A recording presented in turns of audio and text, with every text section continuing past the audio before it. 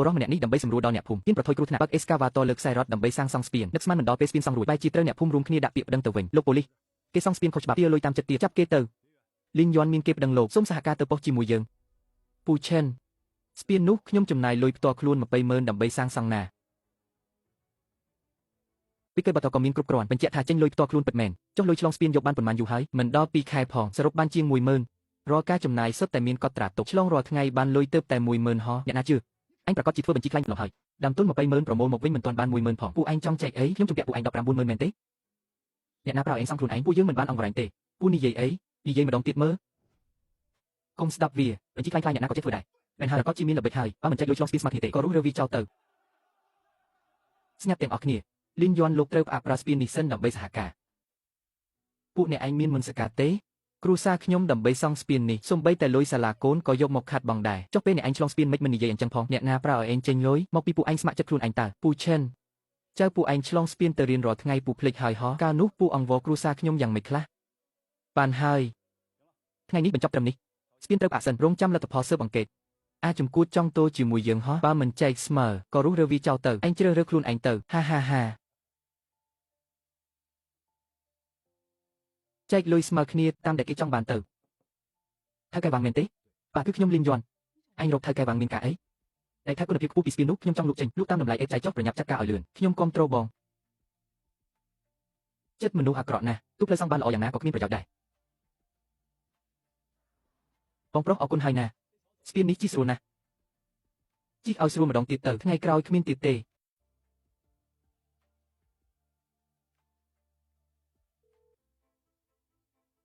េលីនយន់ប៉ូលីសទៅបាត់ឯងគិតថាគ្មានរឿងអីហោះរឿងលុយឆ្លងស្ពានថ្ងៃនេះត្រូវតែនិយាយឲ្យច្បាស់ស្ពាននេះប្រើទាំងអស់គ្នាលុយមិនអាចលេបម្នាក់ឯងទេលុយ20,000ខ្ញុំជាអ្នកចេញលុយឆ្លងស្ពានសរុបមិនដល់10,000ផងបើចង់ចែកត្រូវសងលុយ19,000ដែលជំពាក់ខ្ញុំសិនមកអ្នកណាប្រើឲ្យឯងសងខ្លួនឯងពួកយើងមិនបានអង្វរែងទេលីវឡៅសានខែមុនពូឆ្លងស្ពាន47ដងមិនដែលខកខានសំបីមួយដងគ្រប់យ៉ាងមានកត់ត្រាទុកអ្នកក្រៅភូមិឡានអ្នកក្រៅភូមិមួយជើង10រៀលអ្នកក្នុងភូមិខ្ញុំមិនយកសំបីមួយសេនចុះអញក៏យកលុយពីអ្នកក្រៅភូមិដែរតើបើមិនយកលុយបានអីថែទាំពង្រឹងសស្ពានមិនអស់លុយទេអីហើយតង់ផ្ទៃស្ពានមិនអស់លុយទេអីគុំស្ដាប់វាប្រឌិតរឿងលុយច្បាស់ជាត្រូវវាលាក់ទុកអស់ហើយមែនហើយប្រកាសជាមានល្បិចអញគាត់បញ្ជីម្នាក់ឯងចង់ថាយកបានប៉ុន្មានក៏ស្រេចតែមកអញតាពូឆិនរាល់កំណត់ត្រាក្នុងសៀវភៅនេះសុទ្ធតែមានហត្ថលេខានិងស្នាមមេដៃអ្នកបងលុយទាំងអស់ហត្ថលេខាក៏អាចខ្លាញ់បន្លំបានដែរបើមិនចែកលុយឆ្លងស្ពានស្មើគ្នាទេស្ពាននោះឯងគុំសង្ឃឹមថាបានបើកទៀតក្នុងសៀវភៅនេះកត់ត្រាទុកមិនមែនមានត្រឹមតែលុយទេថ្ងៃទី12ខែ3កូនប្រសាពូជឿចូលពេទ្យកណ្ដាលអាធ្រាត្រពូលឺបជង្គង់មុខផ្ទះខ្ញុំហើយប្រាប់ថាលីនយន់ជួយពូផងថ្ងៃទី5ខែ4ឡានដឹកជីពូជាប់ផុងនៅមាត់ទន្លេពូប្រាប់ថាលីនយន់ជួយអូសបន្តិចមកថ្ងៃទី20ខែ5កូនមីងចៅប្រឡងបញ្ចប់ថ្នាក់អនុវិទ្យាល័យបើជីវៀងទន្លេប្រកាសជាយឺតគុំនិយាយទៀតលីនយន់មីងចងចាំគុនឯងជានិច្ចប៉ុន្តែ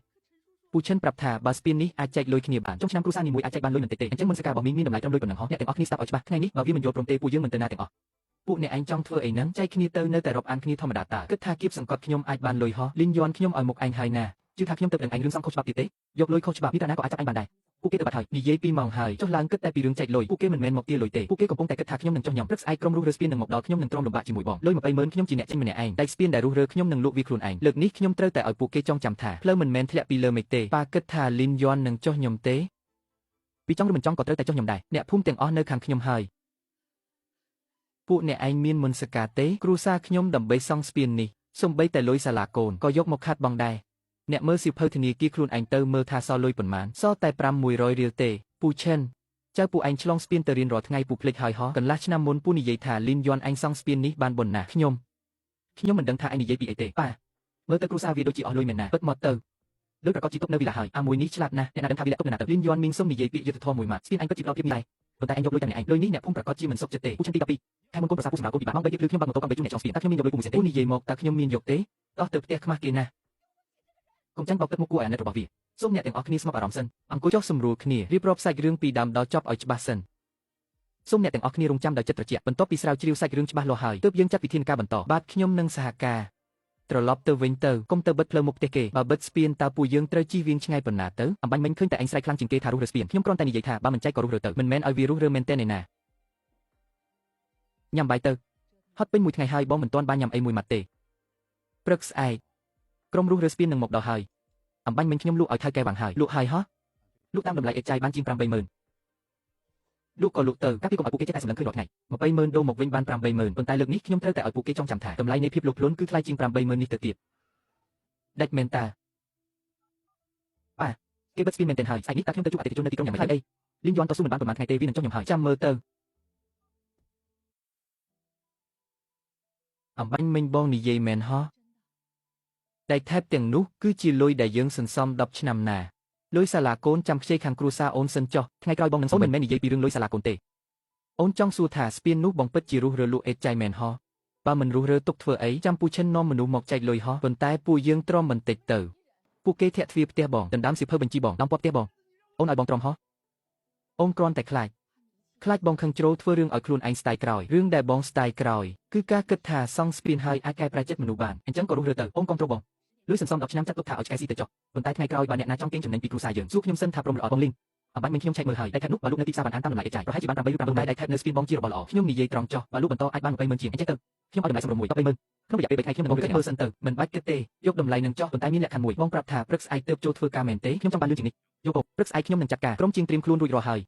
ព្រឹកស្អែកបើអ្នកភូមិឃើញពួកគេប្រកាសជារករឿងមិនខានទុកក៏ពួកគេរករឿងទៅពូឈិនប្រកាសជាមកមិនខានខ្លាចតែគាត់មិនមកចិត្តមនុស្សអាក្រក់ណាស់ទោះផ្លូវសង់បានល្អយ៉ាងណាក៏គ្មានប្រយោជន៍ដែរលោកគ្រូប្រាប់ថាលុយសាលាឈ្មៀសក្រោយមិនអាចជំពាក់បានទៀតទេថ្ងៃក្រោយខំប្រឹងរស់នៅឲ្យបានល្អទៅបំណងប្រាថ្នាទាំងអស់នឹងក្លាយជាការពិតបន្តិចម្ដង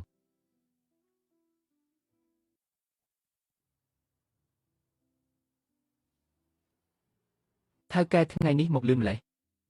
មកលឿនបន្តិចស្ពាននេះពិតជាផ្ដល់ភាពងាយស្រួលមែនមិនបាច់ជិះវៀងក្រុងចំណេញពេលបានកន្លះម៉ោងលីងយន់ខ្ញុំទៅផ្សារណាចុះហេតុអីអ្នកភូមិឯងមិនបាច់បង់លុយពួកយើងឆ្លងម្ដងត្រូវបង់10រៀលស្ពាននេះខ្ញុំជាអ្នកចេញលុយសងអ្នកក្នុងភូមិខ្ញុំមិនយកលុយទេអញ្ចឹងឯងក៏ចេះបែងចែកច្បាស់លាស់ដែរបងយន់រឿងម្សិលមិញខ្ញុំបានឮហើយពួកខ្ញុំពិតជាហួសហេតុពេកហើយខ្ញុំប្រាប់បងចុះខ្ញុំមិនបានទៅរករឿងជាមួយពួកគេទេណាខ្ញុំគ្រាន់តែមកមើលថាស្ពាននៅអត់ទេនៅសល់20នាទីទៀតអរុនសួស្ដីបងយន់ឡានទៅទិញថ្មីម្សិលមិញទៅតែដាក់ស្លាកលេខថ្ងៃក្រោយទៅធ្វើការរាល់ថ្ងៃត្រូវតែឆ្លងស្ពាននេះហើយបងយន់អរគុណហើយណាស្ពាននេះជិះស្រួលណាស់ជិះឲ្យស្រួលម្ដងទៀតទៅថ្ងៃក្រោយគ្មានទៀតទេបងប្រុសឡានដឹកបន្លែខ្ញុំនេះត្រូវតែទៅដល់ទីក្រុងមុនម៉ោង9បើមិនអញ្ចឹងទេខកម៉ោង1មិនខានសុំទៅមុនហើយហាលីនយន់កុំធ្វើមុខក្រញើពេកអ្នកទាំងអស់គ្នាឆ្លងស្ពាននេះសុទ្ធតែនឹកគុណឯងទាំងអស់តើ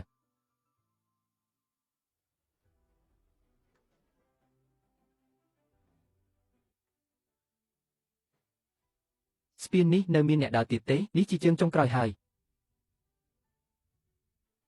ពេលនេះពួកគេមិនទាន់ដឹងខ្លួនទេបន្តិចទៀតនឹងមានរឿងសប្បាយមើលហើយ